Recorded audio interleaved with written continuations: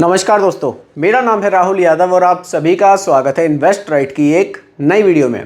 दोस्तों, आज की वीडियो का जो टॉपिक है वो ये है कि हम एसआईपी से ज़्यादा रिटर्न्स कैसे बना सकते हैं। मान लीजिए आपने एक नॉर्मल एसआईपी स्टार्ट की हुई है, आप उसी एसआईपी से ज़्यादा रिटर्न्स भी जनरेट कर सकते हैं। अगर आपके पैरेलली किसी और ने एसआईपी स्टार्ट की है तो आप कुछ गलतियों से बचते हुए ज़्यादा रिटर्न्स जनरेट कर सकते हैं। तो कौन कौन से वो तरीके हैं जिनका इस्तेमाल करके आप एक एसआईपी से बेहतर रिटर्न्स बना सकते हैं, अपने फ्यूचर को सिक्योर कर सकते हैं, इन सब चीज़ों को बहुत ही ध्यान से, बहुत ही डिटेल से समझेंगे और मैं भी एक एक चीज़ आप सभी को समझाऊंगा बिल्कुल सिंपल भाषा में। तो वीडियो को स्टार्ट करते हैं। टॉपिक है आपके लिए बहुत ही ज़्यादा इंफॉर्मेटिव, इसलिए वीडियो को लाइक आप अभी से ज़रूर कर दीजिएगा। चलिए स्टार्ट करते हैं। चलिए आगे बढ़ते हैं सीधा। देखिए, कम उम्र में एसआईपी को शुरू कर देना। देखिए, ऐसा ज़रूरी नहीं है कि जो भी मेरे व्यूअर्स हैं वो वही हैं जिनकी एज 40 से पार है। आजकल जो यंग एज वाले हैं लोग वो भी इन सब चीज़ों को समझने लगे हैं, एसआईपी के बारे में जानने लगे हैं। काफ़ी सारे कमेंट्स भी मेरे पास इस चीज़ को लेकर आते हैं।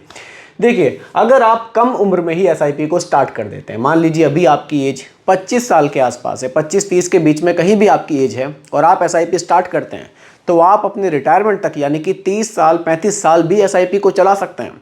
और जब एसआईपी 30-35 साल चलेगी और कंपाउंडिंग की पावर आपको मिलेगी तो रिटर्न्स बहुत ज़्यादा आपको देखने को मिलेंगे। और देखिए, अगर आप 30 साल भी नहीं चलाते, लेकिन अगर आप 25-30 की आपकी एज है, उस समय आप कोई एसआईपी स्टार्ट कर देते हैं, जो आने वाले टाइम में आपके फाइनेंशियल गोल होंगे अगले 15 से 20 साल में, उनके लिए एक अच्छा अमाउंट आप यहाँ से जनरेट कर सकते हैं। और देखिए, कम उम्र में एसआईपी स्टार्ट करने के ये भी बेनिफिट है कि आप यहाँ एक बड़ा पोर्शन स्मॉल कैप में या मिड कैप में भी ईजिली रख पाएंगे, क्योंकि जितने लंबे समय आप एसआईपी को चलाएंगे उतना ही ज़्यादा जो रिस्क है आपका वो कम हो जाता है। जब हम ज़्यादा एज में एसआईपी स्टार्ट करते हैं तो हम स्मॉल कैप और मिड कैप में कहीं ना कहीं पोर्शन थोड़ा सा कम रखते हैं, क्योंकि रिटर्न्स हमें अच्छे चाहिए लेकिन हम रिस्क ज़्यादा उस समय नहीं ले पाते। लेकिन कम एज में एसआईपी स्टार्ट करने का एक ये बेनिफिट हमें मिलता है कि हम स्मॉल कैप मिड कैप का एक अच्छा पोर्शन अपने पोर्टफोलियो में रख सकते हैं और फ्यूचर में हम बेहतर रिटर्न्स यहाँ से जनरेट कर सकते हैं। तो इसका ज़रूर आपको ध्यान रखना है। अगर आपकी एज अभी ओवर हो भी गई है तो भी आप अपने बच्चों को इसके लिए मोटिवेट कर सकते हैं कि आप देखिए, कम उम्र में आप भी अपनी एक एसआईपी स्टार्ट करें तो ये आपके लिए काफ़ी ज़्यादा एक बेनिफिट वाला ये चीज़ साबित फ्यूचर में हो सकती है। आगे बढ़ते हैं। देखिए, डाइवर्सिफाइड पोर्टफोलियो बनाना। जब भी आप म्यूचुअल फंड में निवेश करें तो आप अपने पोर्टफोलियो को हमेशा डाइवर्सिफाइड बनाएं। डाइवर्सिफाइड पोर्टफोलियो का बेनिफिट ये रहेगा कि आपका पैसा काफ़ी सारे सेक्टर्स में निवेश होगा, काफ़ी सारे स्टॉक्स में निवेश होगा।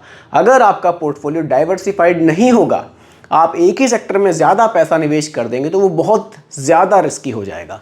देखिए, मान लीजिए आप कोई 10,000 की एसआईपी कर रहे हैं तो आपके पोर्टफोलियो में लार्ज कैप भी होना चाहिए, मिड कैप भी होना चाहिए, स्मॉल कैप भी होना चाहिए, एक थीमेटिक भी आपके पास होना चाहिए। इस तरह से एक डाइवर्सिफाइड पोर्टफोलियो आपका ज़रूर होना चाहिए।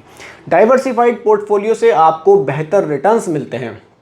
देखिए, आपने नॉर्मली कोई एसआईपी स्टार्ट करी 10,000 की, आपने सीधा एक म्यूचुअल फंड कोई भी लिया, उसमें निवेश कर दिए। आपने 10,000 की एसआईपी स्टार्ट की, किसी फाइनेंशियल एडवाइज़र से सलाह ली आपने, तब आपने स्टार्ट करी, तो आपने एक डाइवर्सिफाइड पोर्टफोलियो बनाया। दोनों के रिटर्न्स में अगर आप देखेंगे तो आपको बहुत ज़्यादा डिफरेंस देखने को मिलेगा, क्योंकि वहाँ एक ही फंड में पैसा निवेश है और अगर किसी वजह से मार्केट में कुछ करेक्शन आते हैं और वो जो आपका एक फंड है, उन सेक्टर्स में जिनमें पैसा निवेश है वो कहीं ना कहीं करेक्शन में आ जाते हैं तो आपके रिटर्न्स बहुत ज़्यादा गिरेंगे। लेकिन अगर आपका वेल डाइवर्सिफाइड पोर्टफोलियो होगा तो आपके जो रिटर्न्स हैं उनमें भी आपको स्टेबिलिटी मिलती है। लॉन्ग टाइम में आपको अच्छे रिटर्न्स, एक बैलेंस्ड जो आपका ये पोर्टफोलियो होता है उससे काफ़ी बढ़िया बन जाते हैं। इसलिए ध्यान रखें, जब भी पोर्टफोलियो बनाएं तो एक डाइवर्सिफाइड पोर्टफोलियो हमें ज़रूर बनाना चाहिए। और डाइवर्सिफाइड पोर्टफोलियो के लिए आप मुझे इंस्टाग्राम पर फॉलो कर सकते हैं, वहाँ भी मुझे आप भेज सकते हैं कि आपको कितने रुपए निवेश करने हैं और इसके कोई चार्जेस भी आपसे नहीं लिए जाते। काफ़ी लोगों से मेरी इंस्टाग्राम पर बातें होती हैं। अगर आप चाहते हैं कि एक क्विक वहाँ पर आंसर, तो आप मुझे इंस्टाग्राम पर फॉलो कीजिए, वहाँ आप चैट में मुझसे बात कर सकते हैं। चलिए आगे बढ़ते हैं। देखिए, स्टेप अप एसआईपी। आप मान लीजिए कोई एसआईपी स्टार्ट कर रहे हैं, चलिए इसको थोड़ा डिटेल में समझाता हूँ। मान लीजिए आपने कोई 2,000 रुपये पर मंथ की एसआईपी स्टार्ट करी।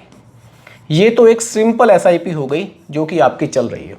आप इसमें स्टेप अप का यूज़ कर सकते हैं। स्टेप अप से क्या होगा, आप इस 2,000 रुपये महीना की SIP को चाहे तो परसेंटेज में बढ़ा लें कि 10% मेरी SIP हर साल इंक्रीज़ होती रहे। चाहे तो आप कोई अमाउंट भी डिसाइड कर सकते हैं, मान लीजिए 500 रुपीज़ पर ईयर आपकी जो SIP है उसमें ये अमाउंट ऐड होता रहेगा। यानी कि इस साल आपकी SIP 2,000 रुपये महीना जाएगी, जैसे ही 12 महीने होंगे उसके बाद से आपकी SIP 2,500 रुपये महीना जाएगी, उसके अगले साल से 3,000 रुपये महीना जाएगी। यानी कि हर साल 500 रुपये इंक्रीज़ होते रहेंगे। जिस तरह से महंगाई बढ़ रही है, आपकी सैलरी भी बढ़ रही है, नई SIP स्टार्ट ना करके ये भी एक अच्छा ऑप्शन है कि आप स्टेप अप SIP का यूज़ कर सकते हैं। क्या बेनिफिट होते हैं उसके लिए मैं आपको स्टेप अप SIP कैलकुलेटर पर लेकर चलता हूँ, ताकि ये चीज़ आपको अच्छे से क्लियर हो, क्योंकि ये एक बहुत इंपॉर्टेंट टॉपिक है स्टेप अप SIP का। यहाँ से आप बेहतर रिटर्न्स जनरेट कर सकते हैं। देखिए, मंथली इन्वेस्टमेंट मान लीजिए 2,000 रुपये का है, 2,000 एक्सपेक्टेड रिटर्न्स मान लीजिए लॉन्ग टाइम में हमें 16% के रिटर्न्स मिल रहे हैं। अब आप कितनी ग्रोथ चाहते हैं, आप इसको 10% रख लीजिए कि 10% जो मेरा निवेश है वो हर साल बढ़ता रहे, और आप इस SIP को अगले 25 साल कंटिन्यू करते हैं, कैलकुलेट करते हैं। देखिए, यहाँ आपका जो टोटल इन्वेस्टमेंट है वो हो जाएगा 23,60,000 रुपये का, और जो टोटल कॉर्पस है वो 1.36 करोड़ रुपए का आप जनरेट कर सकते हैं। आपने अपनी SIP को 10% से यहाँ इंक्रीज़ किया था। अगर हम 10% से आपने इंक्रीज़ किया था तो आपने 1.36 करोड़ रुपए की वैल्यू यहाँ जनरेट की। और अगर हम इसको नहीं करते हैं स्टेप अप को, तो क्या डिफरेंस आता है उसको भी समझते हैं।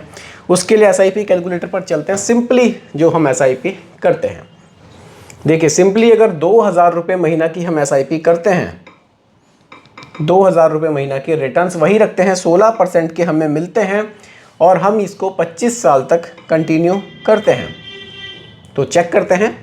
देखिए, जो यहाँ वैल्यू बन रही है लगभग 79 लाख, मतलब मान लीजिए लगभग 80 लाख रुपए की वैल्यू आपको देखने को मिल रही है।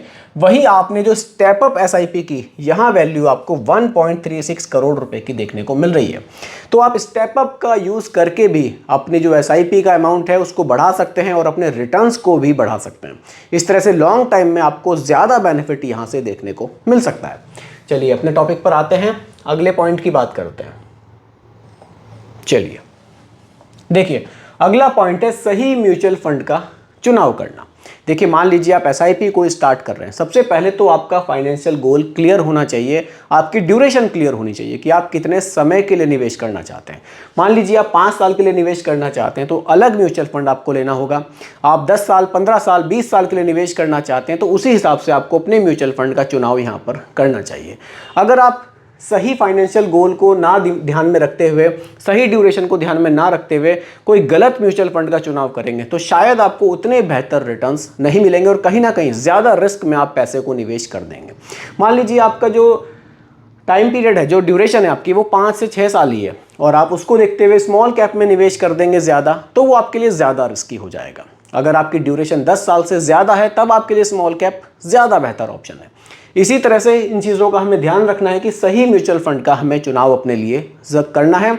और साथ ही साथ एक चीज़ का इसमें और ध्यान रखना है कि लास्ट के 1 ईयर और 3 ईयर के रिटर्न्स को देखकर बहुत जल्दी किसी भी म्यूचुअल फंड में निवेश नहीं करना है। उसके थोड़ा फंडामेंटल को समझना है, उसका बेसिक्स को थोड़ा सा समझना है कि किन सेक्टर्स पर फोकस है, आने वाले टाइम में क्या इसकी जो फ्यूचर है वो हो सकता है, तभी निवेश करना है। ऐसा नहीं है कि लास्ट के 1 ईयर के रिटर्न्स देके बहुत बेहतरीन है और निवेश कर दिया। इस तरह से भी आपके जो रिटर्न्स हैं वो ज़्यादा बेहतर आप नहीं बना पाएंगे। इस पॉइंट को ज़रूर आपको ध्यान में रखना है।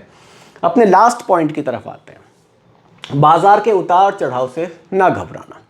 देखिए, ये पैसा आपका स्टॉक मार्केट में निवेश किया जाता है, क्योंकि यहाँ जितने भी फंड्स की मैंने बात करी है सभी प्योर इक्विटी म्यूचुअल फंड्स हैं। तो जो पैसा आप निवेश करेंगे, आपका पैसा डायरेक्टली स्टॉक मार्केट में निवेश किया जाएगा। काफ़ी सारे स्टॉक्स में आपके पैसे को एक फंड मैनेजर द्वारा निवेश किया जाता है। अब देखिए, जो मार्केट का उतार चढ़ाव होगा उसका जो बिल्कुल फ़र्क है वो आपके रिटर्न्स पर भी आएगा। अगर आप उसके मार्केट के उतार चढ़ाव से घबराएंगे तो भी आप बेहतर रिटर्न्स नहीं बना पाएंगे, क्योंकि मार्केट में करेक्शन आते हैं तो मार्केट में काफ़ी ज़्यादा तेज़ी भी आती है।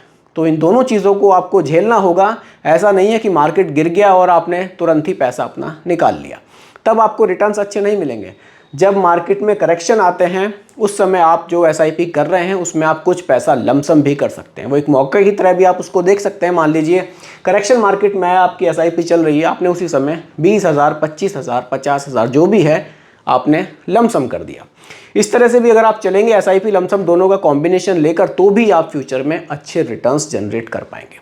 तो बाजार का जो उतार चढ़ाव है उससे घबराना नहीं है, उसको मौके की तरह लेना है और पैसा निवेश करना है। इस तरह से आप चलेंगे तो लॉन्ग टाइम में आपको अच्छे रिटर्न्स अपनी एसआईपी से मिलेंगे।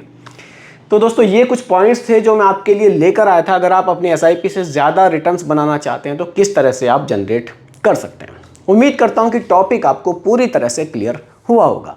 फिर भी कोई कन्फ्यूज़न हो आप मुझे कमेंट कीजिएगा, रिप्लाई मैं आपको ज़रूर करूंगा।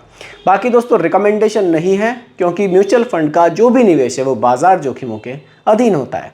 बाकी दोस्तों वीडियो पसंद आई हो लाइक शेयर ज़रूर कीजिएगा और मेरे चैनल पर अगर आप नए हैं इसको भी सब्सक्राइब आप ज़रूर कीजिएगा। नमस्कार।